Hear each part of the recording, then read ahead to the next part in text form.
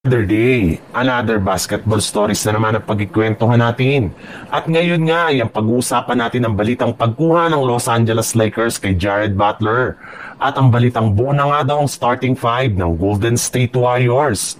Sa pagtatapos nga ng preseason ay magsisimula na rin naman nga ang Los Angeles Lakers sa kanilang totoong paghahanda para sa pagpasok nila sa kanilang mga laro sa regular season.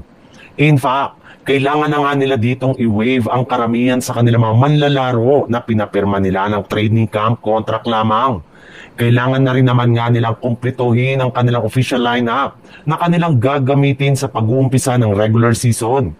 Pero hindi pa rin naman nga huli ang lahat para sa Lakers na kumuha ng mga bagong manlalaro na maaari nilang ilagay sa kanilang lineup since meron pa rin naman nga sila ditong bakanting pwesto na pwedeng paglagyan ng mga bagong kunin nilang player.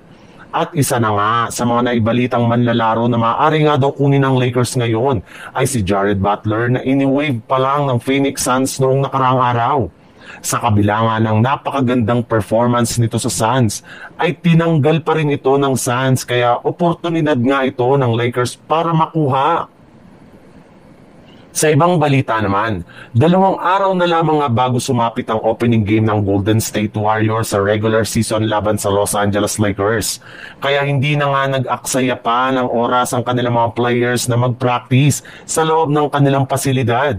Inayos na rin naman nga po nila ang 17-player, ang kanilang official lineup na ipangsasabak sa regular season sa pamamagitan ng pagtanggal kina LJ Cryer at Seth Curry.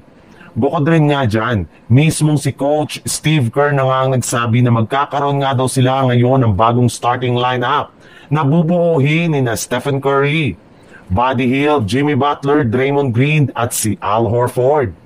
Naniniwala nga ang kanilang coach staff na eto ang pinakamalakas nilang starting lineup ngayong season kung saan balanse nga dito ang kanilang opensa at depensa sa umpisa ng kanilang mga laban. Hindi rin naman nga sila malulugi pagdating sa rebound dahil sakto rin naman nga ang laki ng kanilang mga starters.